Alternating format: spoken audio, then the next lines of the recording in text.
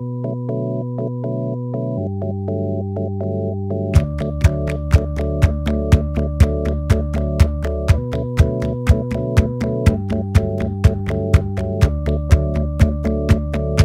love was lost, but now we found it. Our love was lost, and hope was gone. Our love was lost, but now we found it. And if you flash your heart, I won't deny it. I promise.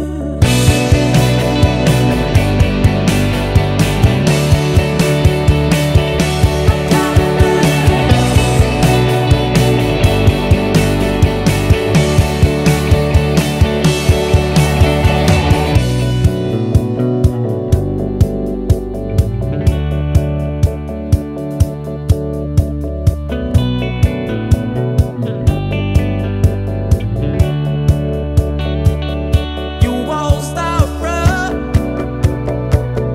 to go to touch it. You waltzed out right too high to climb. I know it's hard, but I can still hear it beating. So if you flash your heart, I won't mistreat it. I promise.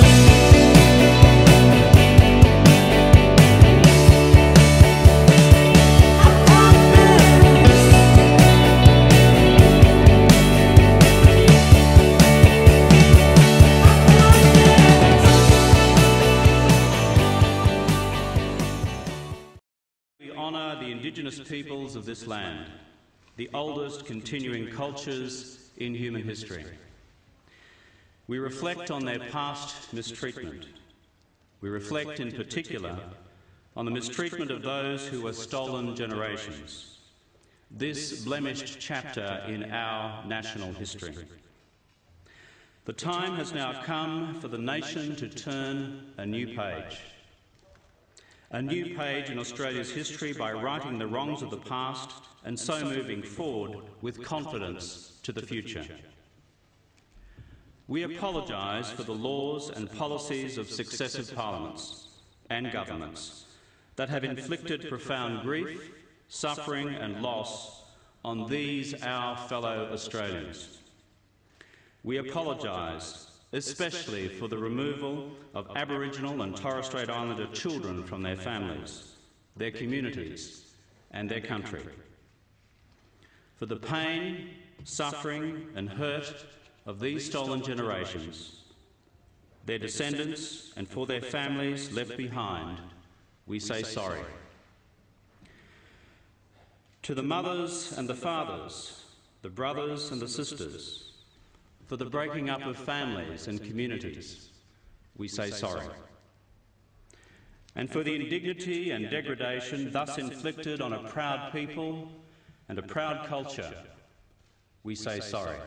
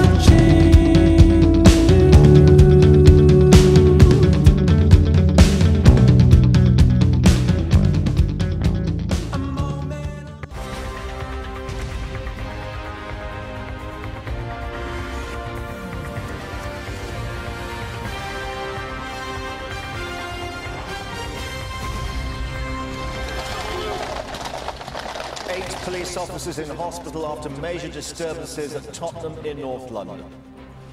The trouble erupted after a protest at the fatal shooting of a man by police which turned violent. Patrol cars, a bus, many buildings were then set alight. Petrol bombs and stones were thrown at police as they struggled to take control. And residents told Sky News they had to flee for their lives as their homes were set alight. Mass looting broke out, spreading to a nearby retail park and a shopping centre. We cannot allow people to simply run amok on our streets. The vast majority of local residents, of course, have nothing to do with this disorder, want nothing to do with this disorder, and they look to the police to protect them.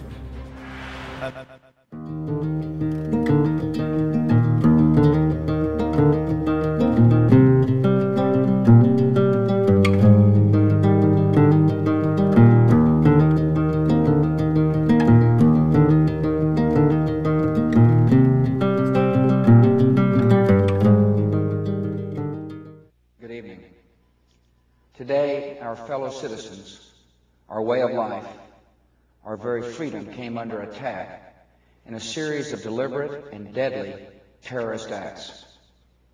The victims were in airplanes or in their offices, secretaries, businessmen and women, military and federal workers, moms and dads, friends and neighbors. Thousands of lives were suddenly ended by evil, despicable acts of terror. The pictures of airplanes flying into buildings, fires burning, huge structures collapsing, have filled us with disbelief, terrible sadness, and a quiet, unyielding anger. These acts of mass murder were intended to frighten our nation into chaos and retreat. But they have failed. Our country is strong. A great people has been moved to defend a great nation. Terrorist attacks can shake the foundations of our biggest buildings, but they cannot touch the foundation of America. These acts shatter steel, but they cannot dent the steel of American resolve. America was targeted for attack because we're the brightest beacon for freedom and opportunity in the world, and no one will keep that light from shining. Today,